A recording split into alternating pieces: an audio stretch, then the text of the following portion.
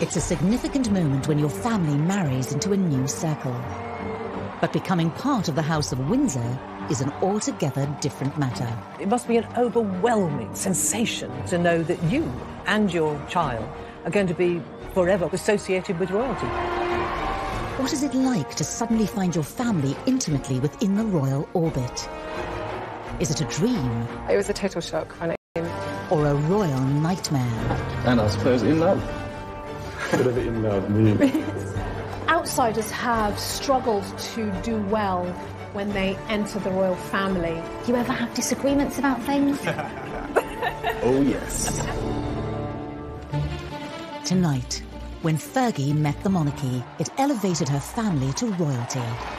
For Ron Ferguson, to have your daughter marry a prince, become a duchess, and to become a senior member of the royal family, I mean, it just doesn't get any better. But two families coming together brings with it palace politics. You're not only marrying royal in-laws, but also all of the people working at the palace, and you have to be pretty sophisticated in order to maneuver yourself throughout. Royal insiders reveal what was said behind closed doors. Charles apparently said, look, the problem with Sarah is you just can't shut her up. And when the Fergusons brought scandal to the House of Windsor, Ronald Ferguson was photographed entering a club for men, and it offered massage. And the rumour got around that the massage wasn't quite all they offered. we discover what happened to the royals' new relatives. Senior royals did rue the day that they had ever invited the Ferguson family to join them. And if there is any way back. What it meant for Fergie was expulsion from the royal family, and she was on her own again.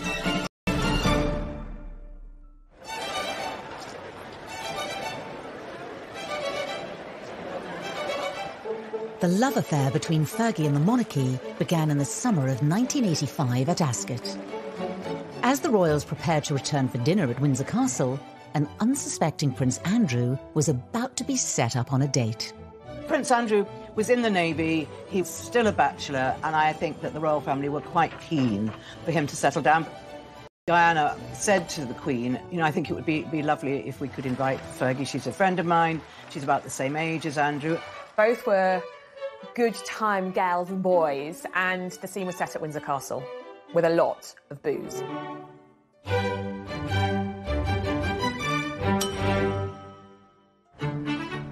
They sat next to each other and they were flirting almost from the, you know, from Plate of profiterole rolls and said, don't worry, I'll have some too, and then didn't. So I think she gave him a sort of playful slap, and I think that was really the beginning of their relationship. It was the start of a romance that would spark intense public interest in Fergie's family. She came from a very well-to-do family. Sarah's mother, Susan, married Ronald Ferguson when she was only 18 years old, and they had two children, Sarah, who's called Fergie, and her sister Jane. And they bought this beautiful house called Lowood, very near Ascot, in that very beautiful area full of rhododendrons and trees and houses hidden behind big gates. And that's where Fergie grew up. they always were aspirational. I think they had a feeling they were sort of almost minor aristocracy. For Sarah, in the back of her mind, she was always going to try to get a husband who was special and certainly rich. Even for the well-to-do Fergusons, Fergie's relationship with Andrew was a tantalising prospect. Ronald Ferguson was absolutely thrilled and delighted. 10 out of 10 for him. She couldn't have done better. Marrying into the royal family has to change things, doesn't it? Because it's that final bit of icing on the cake. But there are hurdles to clear for a royal bride-to-be, not least a stern examination of the family tree. Thankfully, when it came to the Fergusons, the Windsors didn't have to look too far from their own. Some people like to say that Sarah Ferguson was middle class. She wasn't. No, my God, to be thought of as a commoner, my goodness, no, they were very much upper-class English. The Ferguson family actually can trace their lineage back to the royal family. So Sarah Ferguson and Prince Andrew are very, very distantly related through Charles II, but not that that is much of a cause for concern for the royal family. In fact, they probably encourage that. It wasn't just shared distant relations that tied the Fergusons to the Windsors, but also their social circles. Ron Ferguson, Fergie's father, had mixed with members of the royal family for many years. He'd been in a very smart cavalry regiment. He'd ridden alongside the Queen on the Mall. He'd played polo with Prince Philip. And, of course, he managed the polo lifestyle of the Prince of Wales. So they were a family that the Windsors were familiar with. Because horses and polo was such a big part of her parents' life, Fergie, in fact, met Andrew when she was around 3 years old. Of course, neither of them would have remembered, on the side of the polo field. So, actually, throughout her childhood and adolescence, Sarah had a lot of exposure to the aristocracy and to the royal family. She was very much part of that crowd. Age of 13, her parents, Ronald and Susan, had separated. Sarah was at a pivotal age. I mean, those early teenage years, it can really mess with your head when things at home aren't the way you want them to be and aren't the way you expect them to be. She had this magical childhood, and then suddenly it all sort of folded. She talks about it herself, how that's when she started to feel very insecure and inadequate, and she blamed herself for the breakup of her parents' marriage. In 1975, Sarah's mother Susan left the UK to start a new life with a new man in Argentina, leaving Sarah and her older sister Jane to be brought up by their father. As Sarah grew into adulthood, Ron Ferguson's influence on her would be profound. After Sarah's mother ran off to Argentina, she became quite a daddy's girl. I think she got a lot of strength from having her father solidly behind her, and he was very good with her. I mean, she approached everything full-throated, full throttle, went for it, in very much the way that Major Ferguson, as he then was, would have done. Ex-soldier, lived life at the charge, if you like. And so there's sort of a resolution that she took, that she was going to find Mr. Right and settle down, and the marriage would be for keeps. With Ron Ferguson's sense of determination running through her, Fergie's pursuit of happiness had now led her to her dashing prince. As their courtship blossomed, it was soon time for Andrew to take the relationship to the next daunting level.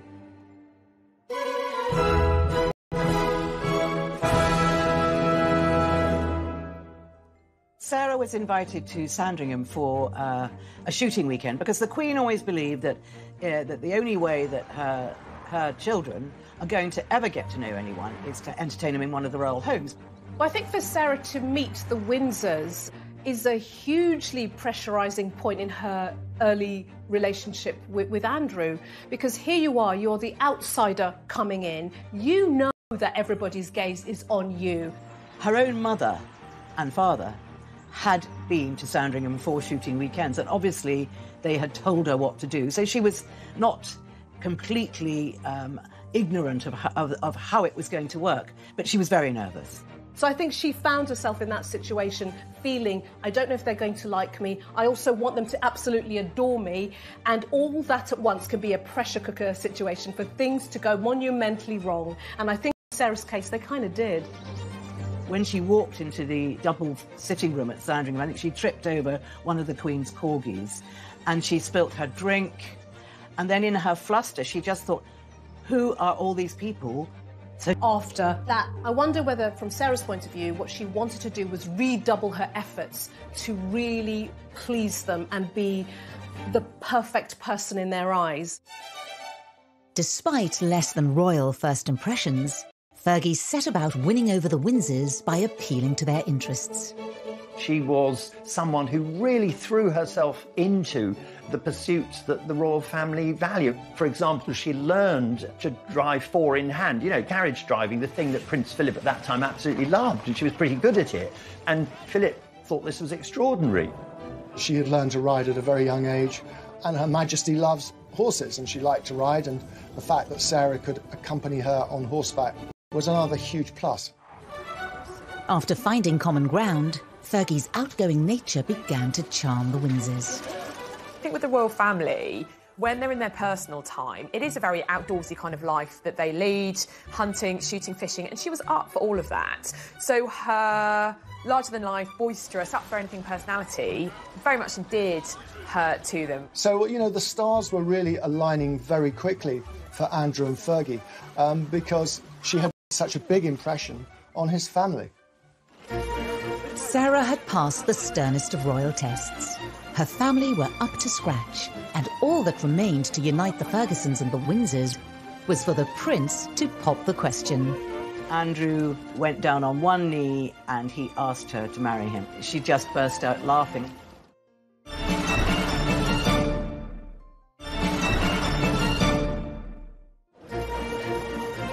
By February 1986, Sarah Ferguson had been dating Prince Andrew for less than a year. After a whirlwind romance and winning over the royals at Sandringham, Fergie was whisked away to Scotland, where Andy had an important question to ask her.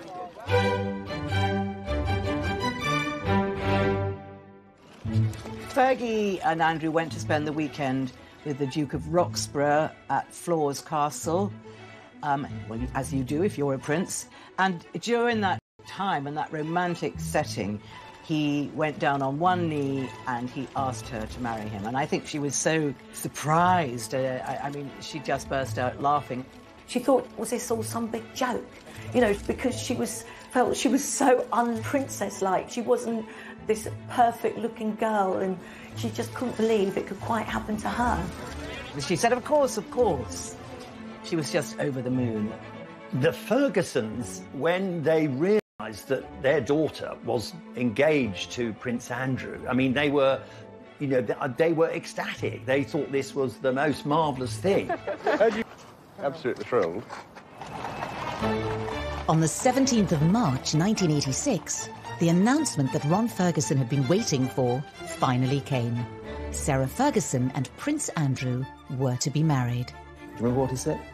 Absolutely. But I'm not telling you. It's the epitome of the social ambitions of Ron Ferguson to have his daughter marrying the Queen's favourite and second son.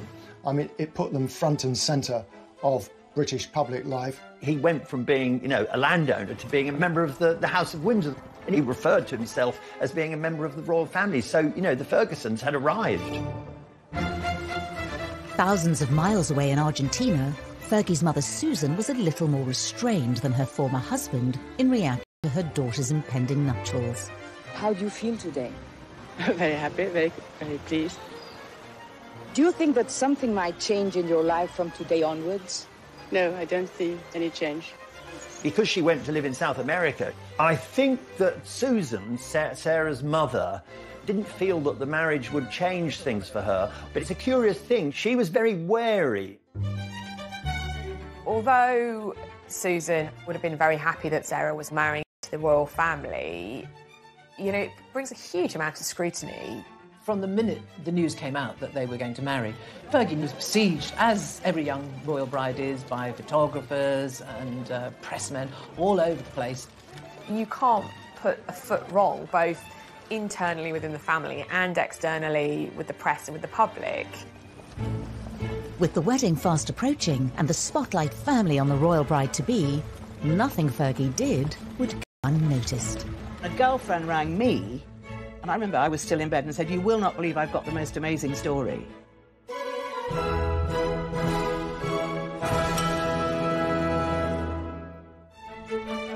Sarah and other people at the hen night, including Diana, dressed up as police women and were supposed to set off for Annabelle's nightclub where Andrew was having his stag night. But before anyone knew it, the real police arrived and sort of bundled these girls into the back of a police van, at which point Diana apparently pipes up, said, "Anyone got any smoky bacon crisps?" And suddenly it dawns on these coppers who are hauling these girls off to sort of West End Central Police Station that they got the Princess of Wales in the back.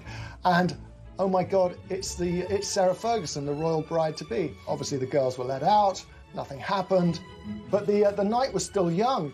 So Fergie and Diana decided to make their way to Annabelle's. At that time, Annabelle's nightclub in Berkeley Square was the most exclusive. On the floor, bottles of champagne were being fired in every direction. I mean, it was a bit of a riot. What the girls then did, as Prince Andrew was coming back from his stag do, as he was about to enter Buckingham Palace, they got the policeman to stop him getting in. And Prince Andrew then started reversing back. I mean, this is one hen do I wish I had been on, let me tell you. Fergie's A blowout as a commoner did not go unnoticed behind palace walls. Fergie found it so funny, but sadly a few of the royals, weren't laughing so much, and they did get in quite a bit of trouble about it. It was a hint that there might be rather vulgar side of Sarah. And vulgarity is something the royal family, the House of Windsor, really don't like because it leads in all sorts of dangerous directions. Ron Ferguson, of course, would have said, well, she's very much a chip off her father's block. He loved mischief-making, and if it helped his daughter relax ahead of the big day, then I think he'd have been very much in favour of it. On the 23rd of July 1986, the big day arrived. With her father by her side, all eyes were on Fergie as she prepared to become the Duchess of York. Fergie herself, she was very nervous, but she had her father at her side in the coach going to Westminster Abbey, and he just made her laugh and told her jokes all the way there. It was huge. Andrew was fourth in line to the throne. He was the favoured son. And so, this had to go really, really well. The focus was also on the Windsors and how they would accommodate Fergie's fractured family. The etiquette can be quite tricky when you've got extended families, broken families. I mean, by this stage, both Sarah's mother and father had remarried. She had half-sisters, half-brothers. Were they all going to be invited? Was it OK? Is divorce still a dirty word in the royal family? The other thing to remember is the fact that Fergie's mother had married an Argentinian. That was obviously a discussion at the time. It wasn't that many years since Britain had been at war with Argentina over the Falkland Islands. So there are all these sort of minor diplomatic niggles in the background which could affect, if you like, sort of the long-term integration of these families going forward. But things have moved on by this time, 1986, and both her mother's partner, Hector, and Ronald's new wife, also called Susan, were invited. And in fact, actually, her half-brother and half-sister from her father's new marriage, they acted as page boy and bridesmaids. So it was very inclusive. It was very forward-thinking of the royal family to embrace them at that stage, because it was relatively new at the time in the UK, where you started having these more complicated family structures, and very much in their interest in terms of the royal brand. With the Ferguson family warmly welcomed, Fergie relished the day that she finally became a royal. I remember her saying to me, the little girl that used to play tag with Andrew was now marrying her prince. And he was her prince. She truly loved the man, and she couldn't quite believe it. You couldn't take that smile off her face. It was almost sort of, yeah, I've done it. Here I am, right up here marrying the Queen's son in full view of everybody. I think there was a sense of triumph about her in many ways, but also a sense that it's unbelievable, isn't it? It's me. It's just me, Fergie. The day was just as exhilarating for Ron Ferguson as it was for his daughter. Major Ron had been up half the night, walking up and down the Mall, because everyone was partying there, and he just wanted to drink in the atmosphere. He was licking his lips at one point. He was very much focus of attention, as well as Sarah, and his whole family were the focus of world attention. And it was like, this is the stamp, this is the seal of approval for the Fergusons. He'd been part of royal circles for a long time, but to have your daughter marry a prince, become a duchess, with all the grand ceremonial at Westminster Abbey, and to be included in the royal family, become a senior member of the royal family, I mean, it just doesn't get any better. The union of the Fergusons and the monarchy was now complete.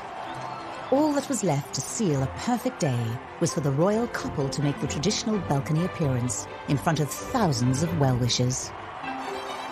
At the end of the wedding, that afternoon, there was just a hint that all might not be well, because they did a very strange thing. They did this odd business of kind of working the crowd up, almost like they were a sort of music hall entertainers. The crowd were chanting kiss, kiss, kiss, and Sarah was sort of conducting and orchestrating this.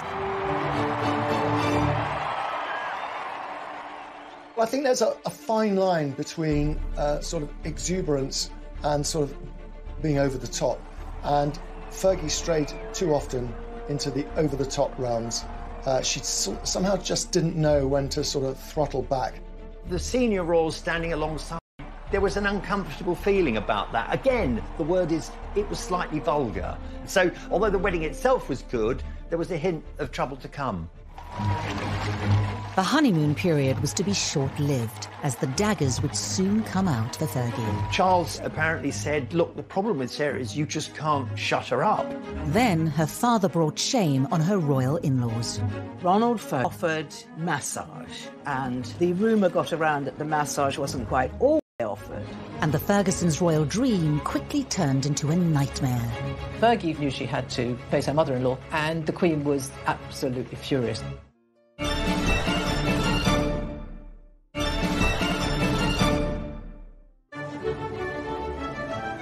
Sarah Ferguson, the horsey girl from Hampshire, was now Her Royal Highness the Duchess of York. She had brought the Ferguson family name into the royal spotlight, and from the outside, she seemed to be settling well into royal life. But among her royal in-laws, not everyone was a fan.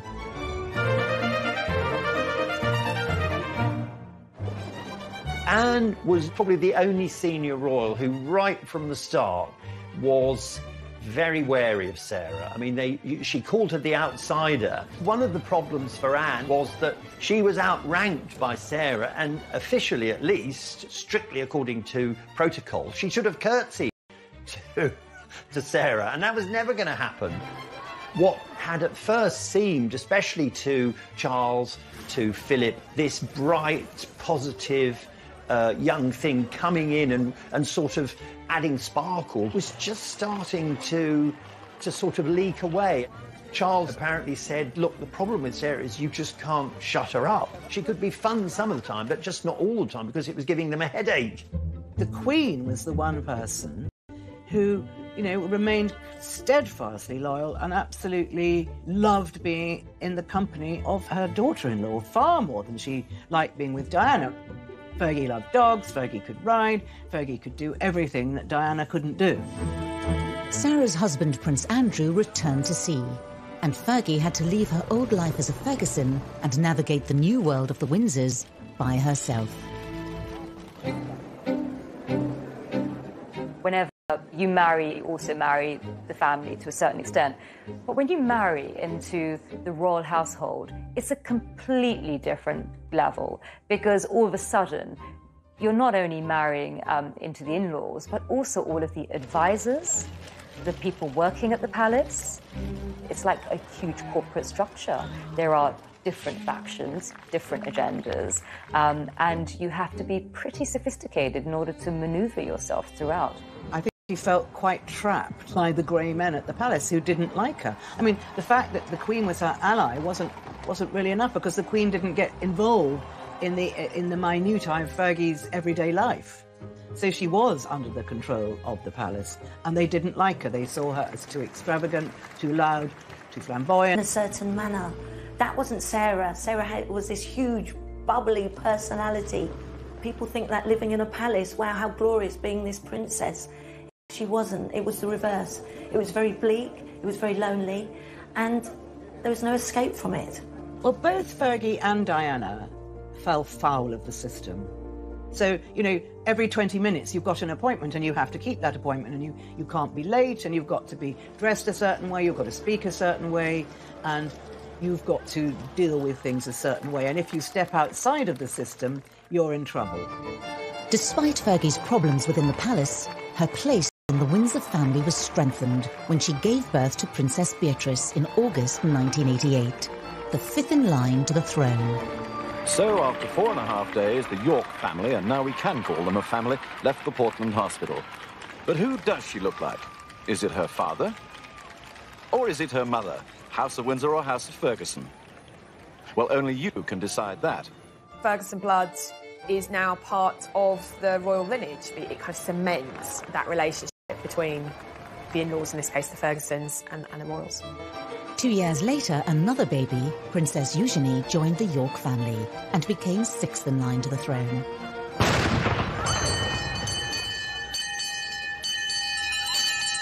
Oyez! Oyez! Oyez! Her Royal Highness the Duchess of York was safely delivered of a daughter at 7:58 p.m. today. Her Royal Highness and child are well. Sarah had given the Windsors their first royal princesses since Princess Anne's birth. Her most significant champion, the Queen, even came to visit the Duchess in hospital. But despite the monarch's support, Sarah seemed to be losing allies within the royal circle. Even the British press, who had once welcomed her with open arms, began to criticise her behaviour. Fergie and Andrew first went to America. They were in Los Angeles, and I was there. I was part of the press crew there. I would just remember they were at this very big conference, and Andrew was giving a speech, and then Fergie got up and gave a little speech. Sarah, and I know against advice, wanted to make a speech, which, the wives of royals wouldn't normally do. It's breaking with protocol. But she insisted.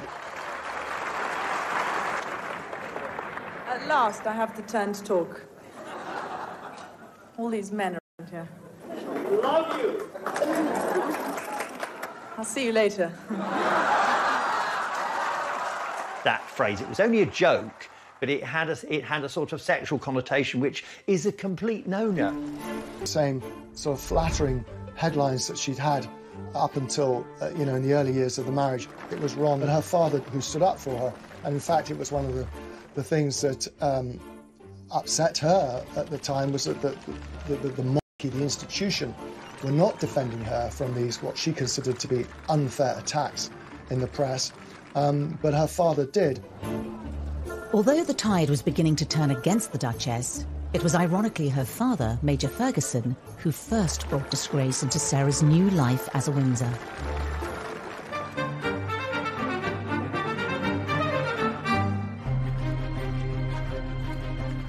Well, in 1988, there was a huge scandal about Ronald Ferguson being photographed entering a club called the Wigmore Club.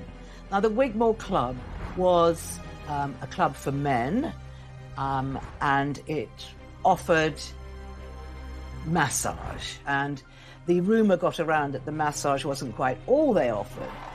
It was deeply embarrassing for Ron Ferguson because he was enjoying the sort of reflected glory of being associated with the Windsors, and then all of a sudden he had his antics just splashed all over the front cover of all the tabloids, and of course must have deeply embarrassed his daughter.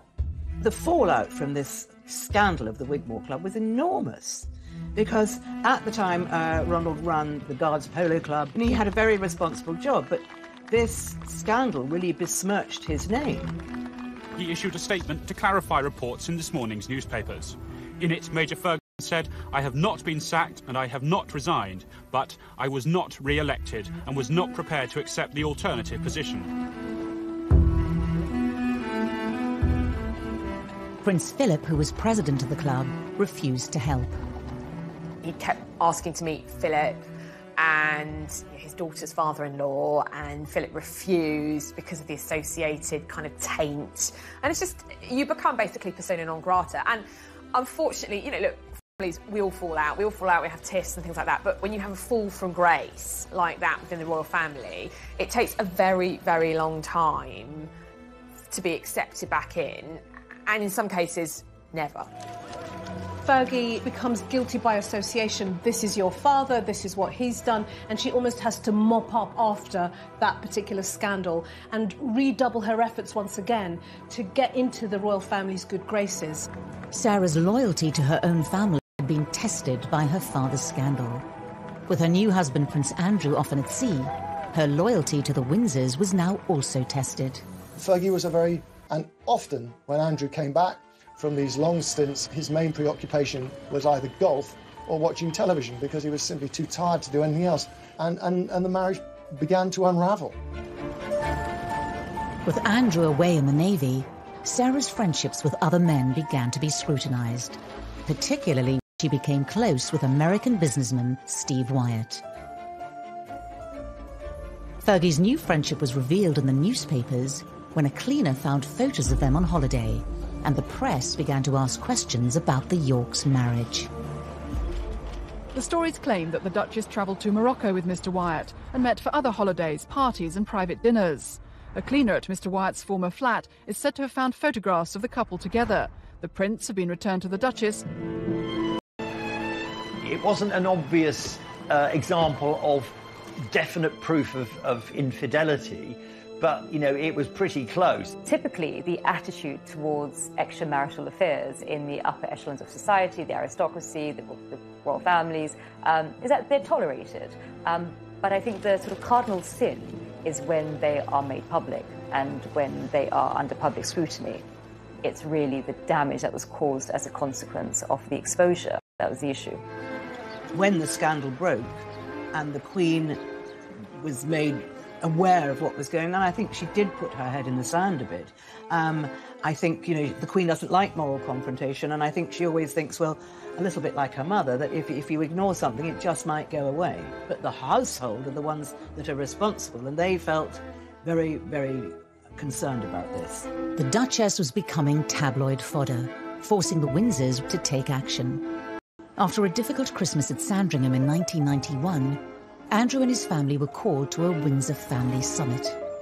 The summit early in 1992 was called by the Queen's private secretary, Robert Fellows. All the principal players, as it were, except Sarah, were there. The Queen, Prince Philip, Charles, and so on. And Robert Fellows, one of the Queen's closest advisors, he laid out before them the situation that this broken relationship between Sarah and Andrew was becoming the stuff of the tabloids. Something had to be done. Separation was a huge step forward, and one which the Queen must have been deeply saddened about, but they clearly needed a break from each other because things were not happy. But I think the Queen was as baffled as the rest of us as to why it had come to this. Sarah had to decide to either make the marriage work or move on. In March, the Duke and Duchess announced their separation. The Yorks' apparent separation role and future as a divorced Duchess of York will take the royal family into uncharted waters. I remember sitting with Fergie, having tea, I think, and she was trying to describe, she said, I just couldn't be in that royal world anymore. She was on her own again, and who was there to help her and pick up the pieces? Well, her father and the Fergusons. And they were really the only people she had who she could turn to. The Ferguson family's union with the Windsors seemed to be coming to an end, but worse was in store for the Ferguson name.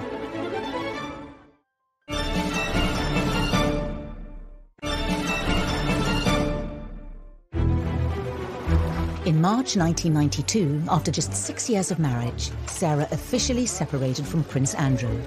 Any association with the Ferguson family name was swiftly matched by the palace, who now swung into action. After the separation was announced, all Sarah's formal appointments, all the events that she was booked for, they were all cancelled. Fergie's royal life stopped. Once you've stepped across a certain line, you're cast into outer darkness, and that's what happened to Sarah. The press speculated that Fergie could re-enter the Windsor fold by somehow repairing the marriage. Then rumours began to circulate of a new man in her life, John Bryan. Fergie was in a very distraught state, so her friend of the moment, who was her financial advisor, supposedly, John Bryan, decided, let's get away from it all. I'll rent a villa in the south of France, and Fergie and I will go there with the children and the nanny, and we'll just have a break. But unfortunately for them, the photographers found them immediately. Unknown to Fergie and John Bryan, they had been caught by the paparazzi. Sarah later flew to Balmoral to stay with the royal family on their annual summer break. The morning's newspapers are all laid out on a side table in the breakfast room in Balmoral, and that morning's newspapers were filled with pictures of Sarah Ferguson. She was caught lying in the sun with this guy, apparently sucking her toes. I mean, he claims, as if it makes any difference, he was kissing her toes. Anyway, unbeknown to Sarah, the newspapers had got photos. Paparazzi had taken these pictures, the newspapers got them. These are the pictures that the Queen and her son, the Duke of York, will have seen at the breakfast table at Balmoral this morning. An intimate series of photos showing her daughter-in-law and his wife, topless at the poolside in the south of France, kissing a Texan millionaire. The Queen's granddaughters, 5th and 6th in line to the throne, are pictured standing by watching. self-confident Sarah when she saw these pictures. And apparently Prince Philip came into the breakfast room, picked up one of the papers and just threw it in front of her and walked out. Fergie went up to see the Queen because she knew she had to face the music and face her mother-in-law, and the Queen was absolutely furious, apparently. It was the Queen's daughter-in-law. It was so embarrassing.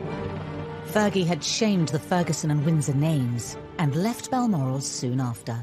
Duchess of York left Balmoral Castle today using a side entrance of the royal estate to drive to Aberdeen Airport. Her two daughters, Princess Eugenie and Princess Beatrice, were with her. No longer the luxury or privilege of an aircraft of the Queen's flight, for the Duchess just an ordinary scheduled flight to Heathrow. After the toe-sucking incident, the Windsors, they really want nothing to do with her. Famously, Sarah sent flowers to Princess Margaret, who sent them back with a note saying, "You're an absolute disgrace to the family." The Windsors' union with the Fergusons seemed to have run its course. The Major was subsequently let go as Prince Charles's polo manager, a role he had held for 20 years. The only member of the Fergusons who seemed to remain in the Windsors' good books was Sarah's mother Susan, over 6,000 miles away in Argentina. Fergie's mother actually, surprisingly, kept up a good relationship with Prince Charles, and he in fact wrote a foreword to a book that she wrote on polo. Sarah's father also wrote a candid and revealing book called The Galloping Major. Ron decides to publish his memoirs. I think he had been so stung by what had happened to him. I think he felt it was time he got his side of the story out. So we got from this book his sense of dismay at how he'd been treated by Prince Philip when he'd lost the Guards Polo Club, and then his real sense of absolute bitter disappointment at Prince Charles, who he counted as a close friend, for the way that he was sort of dispatched from his job as his polo manager. He just thought he'd been thrown to the wolves.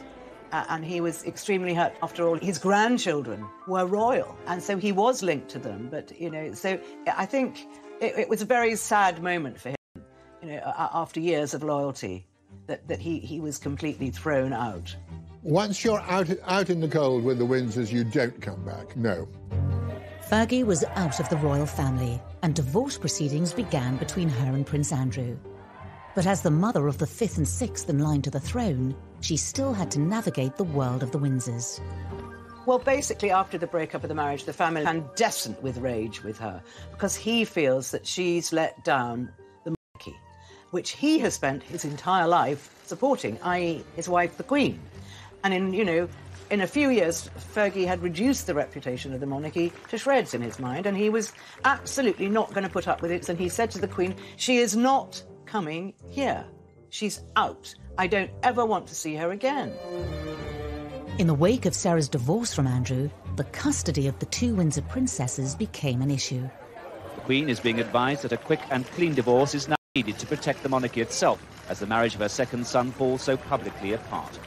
The Queen is reported to be determined that her grandchildren, Princess Eugenie and Princess Beatrice, should remain within the royal family, even if the Duchess decides to live abroad. It was put forward as a serious suggestion by the House of Windsor, by the royal family, largely because they feel they should be always in control, that they, or rather Andrew, would have custody of the children, and Sarah would be not exactly pushed away, but she would have visiting rights. And I know at the time, Sarah's father was absolutely outraged and spoke to the press of his horror. He outspokenly defended his daughter when there were suggestions in a newspaper that she may lose custody of her children as part of a divorce settlement. I think it's absolutely monstrous and quite unbelievable that there should be these suggestions that she should. I think it's hurtful, it's desperately hurtful, and I think it's inhuman and cruel.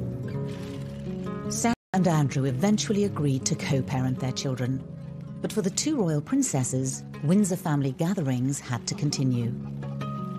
Your children become the royals' children, and that meant Christmas at Sandringham with Prince Philip, the Queen, and all the other members of the royal family. The Queen loved having her grandchildren around her, but it did present a major dilemma for Fergie, because Fergie was not invited. Fergie would be offered the house on the Sandringham estate. She would stay at Wood Farm, and the children would go to the big house and be with their father and mother, and they found this a little difficult to understand.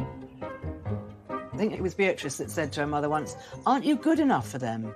Mummy, I don't understand." So it was all a little awkward and very sad. Ron, of course, found this quite monstrous, the way that his daughter was treated. He felt that the Windsors had really been very cold. In 2000, Major Ron lashes out at Prince Philip for not inviting Sarah to Christmas Day lunch at Sandringham. And I think he shows great empathy for his daughter and great understanding that, you know, she's suffered enough, don't you think? Let her back in, at least for Christmas dinner. And I think that's why he steps up with this enough. Sarah and Andrew officially divorced in May 1996. Fergie could retain the name Duchess of York, but was stripped of her Royal Highness title. Any support she could take from the Ferguson clan also began to slip away.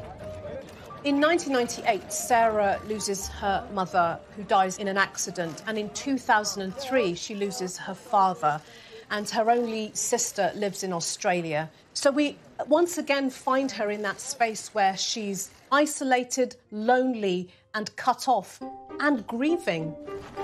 The closest family she had left in the UK were her daughters and her ex-husband, Prince Andrew. Sarah had very publicly cuckolded Andrew, and yet Andrew is very forgiving of her. He continues to be there for her. He helps her financially.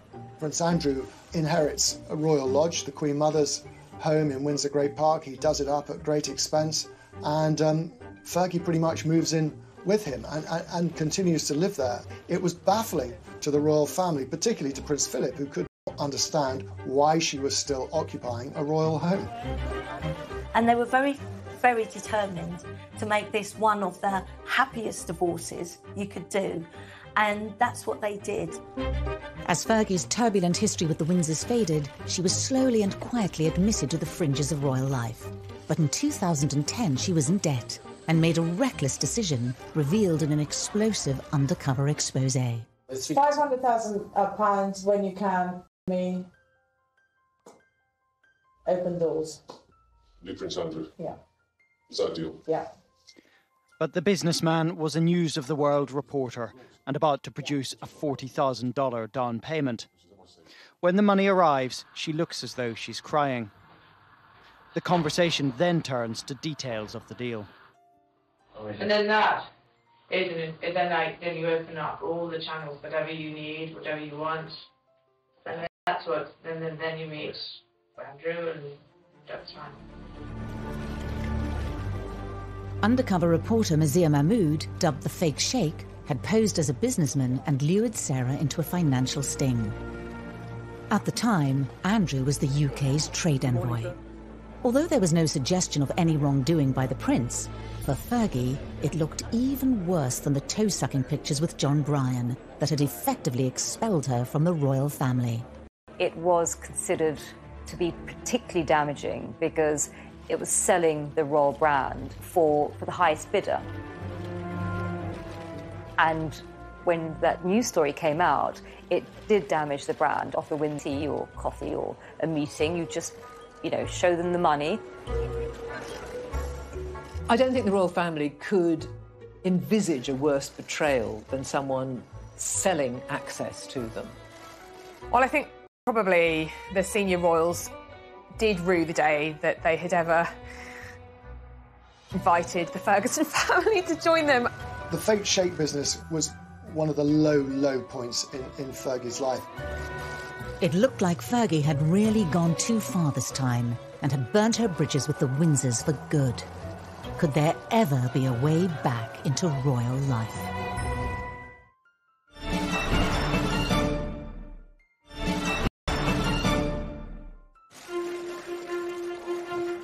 In the face of scandals, affairs and divorce, there were only two things that joined the Windsor and the Ferguson families together indefinitely. Their names were Beatrice and Eugenie. The children are the glue between the Fergusons and the House of Windsor, and that glue is unbreakable. Having grown up in the shadow of their parents, as young women they found themselves torn between the Windsor and Fergie. Beatrice and Eugenie, by this time, are adults. They're very conscious of their position within the royal family. But they also have this relationship with their mother, who is such a pivotal part of their lives. I'm here for you, Mom. Yeah, thanks, Mum. I see myself as a mini mummy. So I kind of have this sort of image that anything you could do, I want to do better. Oh. So I want. I have to tell you, that's easy. The product of two strong but very different families, they would ultimately have to pave their own way. Their mother, Fergie, was once again out in the cold. Sarah, why did you use Prince Andrew's name to further financial gain? Her scandal with the fake sheikh was a step too far for the royals. She needed to get away from the UK and flew to America to film a series called Finding Sarah, where for a reported fee, she publicly examined her behaviour. I can't get over the stupidity of me, you know. The first person who said it was my father-in-law. For such a smart woman, why does she behave in such an idiotic way? We see a woman here who has hit rock bottom. We find her at this time in this space trying really hard to make sense of what she's been through and looking at her journey from that little girl who went through her parents' divorce to her own divorce, to her own mishaps, and trying to find redemption in making sense of her own life. Back in the UK, Andrew was making sure his second son and the spare, not the heir, has been very exercised with the role and with the standing of his two daughters. The young women constantly had to walk the tightrope of being a Ferguson with their mother and a Windsor with their wider family. It's almost a sort of split world. The wild side of them can come out when they're with Sarah, and it certainly does. And then the restrained side, they perform for the royal family. The Queen loved Eugenie and Beatrice. They've done terribly well, considering the hot water that their grandfather and their mother and father have got themselves into. This tug of war for the princesses reared its head in the most public of settings. In 2011, the royal family came together to celebrate the wedding of Prince William and Kate Middleton. Royal weddings are a chance for us to have a window, a peep into the Windsor world. It tells us who's in and who's out. In 2011, Fergie was plainly still very much out. Princesses Beatrice and Eugenie were invited along with their father, but Fergie was left firmly out in the cold. I've always thought it's incredibly harsh, actually, for the girls to be invited to things like the wedding of William and Catherine, you know, prominent role in that, and their mother not to be there. The wounds were still raw for the royal family, and the split between the Windsors and Sarah Ferguson seemed irreparable. When she wasn't invited to Kate and William's wedding, it was extremely hurtful for her. As she said to me, you know, she was the last girl to go down that aisle. Sarah felt a real knife in the heart that she couldn't be with her daughters. That was a real nail in the coffin for Sarah. But even the princess's appeal only went so far with the Windsors. Andrew and brother Charles had reportedly been at odds for years over the role of the princesses in the future of the royal family. He wanted them to be treated as senior royals, and they're not really. He wanted all the trappings, the money, the protection that goes with that role. And he foresaw their future as being full-time working royals. This is not how Prince Charles sees it. He wants a slimmed-down monarchy, and he didn't want them being part of the royal finances. Andrew's ambitions were not helped by his daughter's apparent appetite for the high life. In 2015, despite working, Beatrice had been photographed on numerous foreign holidays. People made it a mission, I suppose, to find her in various parts of the world, and she did take a lot of holidays. And she was pictured, it seemed, every other week partying here or there, skiing in Verbier or maybe in Ibiza at a party. Beatrice and Eugenie's attitude to holidays and working life was famously parodied in the comedy The Windsors. Oh, just wanted to check a couple of points on the contract. It says Monday to... Oh, and it says 30 days holiday a year. As they're not messing off that.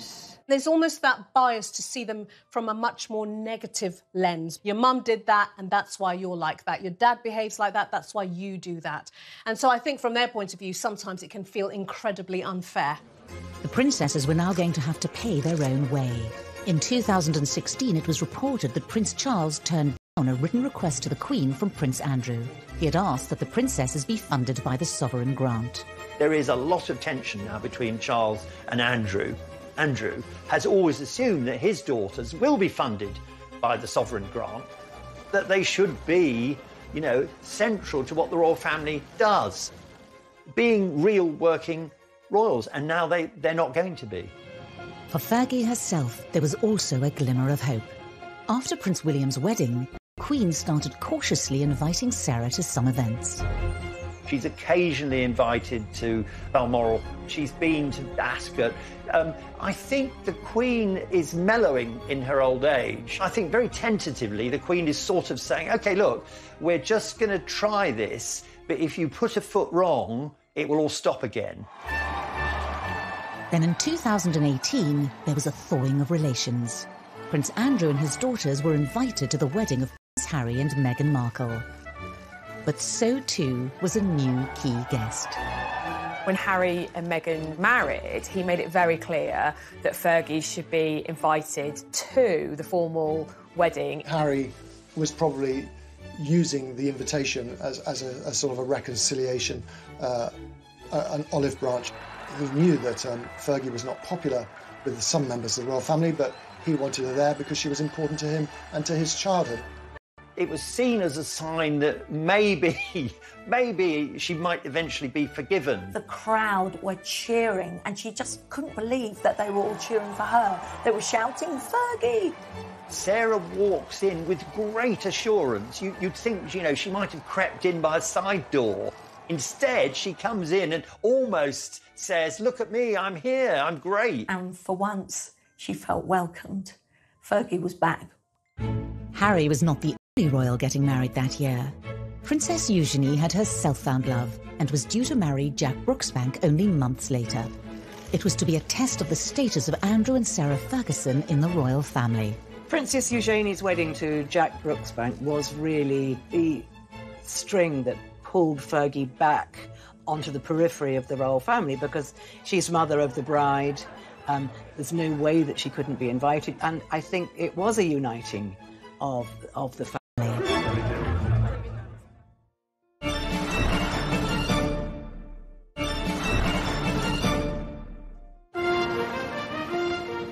St George's Chapel in the heart of Windsor Castle was a fitting place for a wedding of a princess. Eugenie's marriage to Jack Brooksbank was to bring Sarah Ferguson face to face with the Windsors, not just as a mere guest, but as mother of a royal bride. If there's any link, positive link, between the Fergusons and Windsor, it will be the two daughters. So there's almost an inevitability about Sarah being with members of the House of Windsor because of their children. But while the Queen had been cautiously warming towards Fergie, this didn't extend to her husband. For many, many years, Philip absolutely refused to have anything to do with Fergie at all. And if she walked into a room, if she happened to walk into a room, which was pretty rare, he'd exit stage left immediately. It was Sarah Ferguson, who had walked down the aisle 2 years before, who was the most nervous on the big day. Having not been part of the royal family for so long, she didn't want to put a foot wrong. She only just beat the bride to the door of St George's Chapel, and she got out just waving, and she was like on ebullient form. In the crowd, there was a welcome reminder of the Fergusons of days gone by. She had spotted her mother's best friend who had come to see her on this momentous occasion. Suddenly, there she is. Her daughter's getting married in St George's Chapel. The church is full of her friends, and she is in the sort of number one mother of the bride position. So it was immense social rehabilitation. But as the guests gathered inside the chapel, there was some nervousness around the arrival of a key royal guest. There was a huge amount of speculation before Eugenie's wedding about whether Philip would finally give way and be in the same building as Fergie. He managed to make it to St George's Chapel and took his place in the ceremony, not far from Fergie. It obviously marks some kind of thawing in the relationship. Perhaps when you get to that very great age that Philip is at, you start seeing things a little differently. Fergie had a qualified return to the fold as guest of honour in the heart of Windsor Castle, for her daughter would always be a Windsor. But she was carrying with her a physical reminder that she would always be a Ferguson. Sarah carried her mother's handbag, That was a little sign and a show of love and affection for her mother, who sadly couldn't be there on the day. She obviously, was very sad that her own mother wasn't around as much for her growing up, and she wanted to be there every step of the way for her girl. But within a year, spectacularly from grace. In 2019, new details of Andrew's long-term friendship with convicted paedophile Jeffrey Epstein emerged. The Epstein scandal really seems to have tentacles that reach out and have enveloped Andrew's family because, well, Jeffrey Epstein was a guest at Princess Beatrice's 18th birthday party. You know, he's a family friend. When Fergie was in one of her many money troubles, she turned to him for a loan. So it's very intertwined, really. He decided to do this interview. He'd only just told the Queen he was going to do it.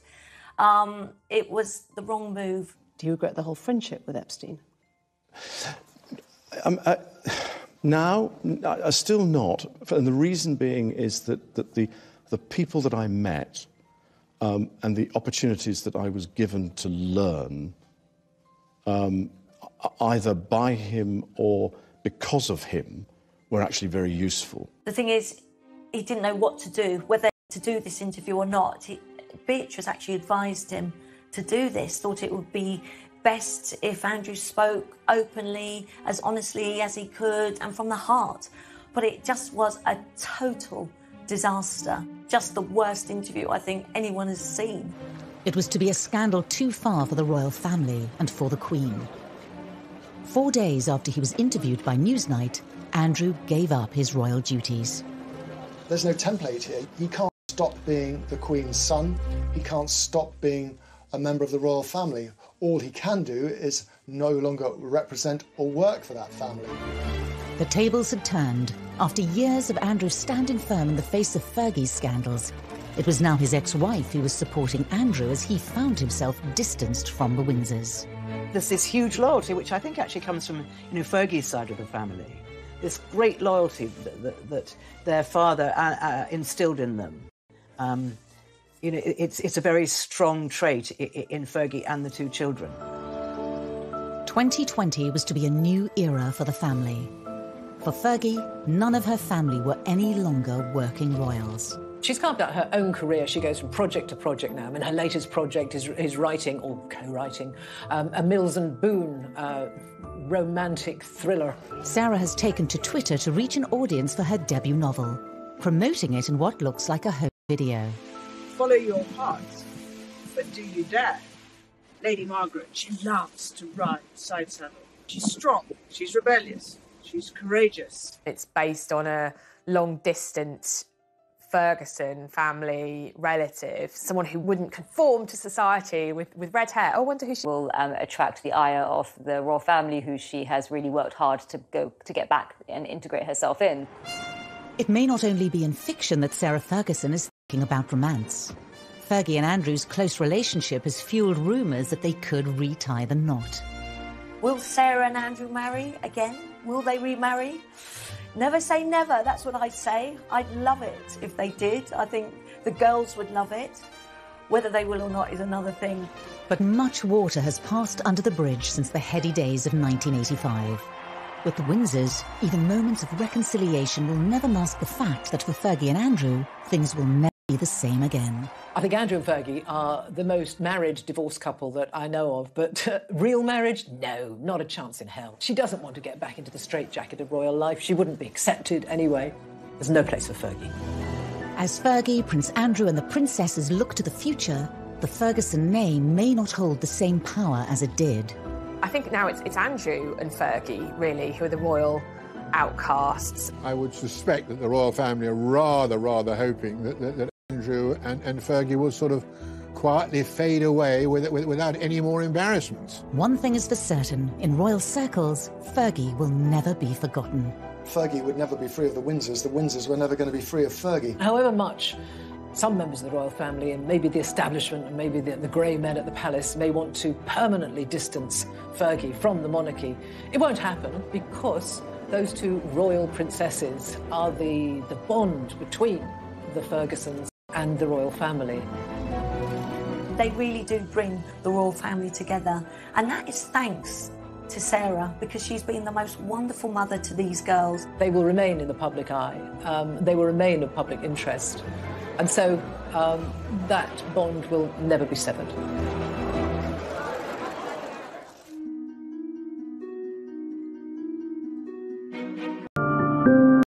It was really the beginning of their relationship. It was the start of a romance that would spark intense public interest in Fergie's family.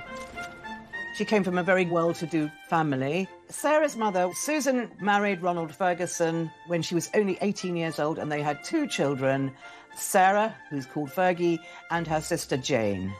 And they bought this beautiful house called Lowood, very near Ascot, in that very beautiful area full of rhododendrons and trees and houses hidden behind big gates. And that's where Fergie grew up.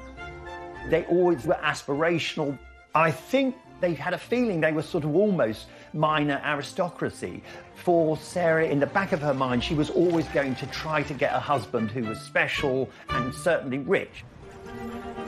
Even for the well-to-do Fergusons, Fergie's relationship with Andrew was a tantalising prospect.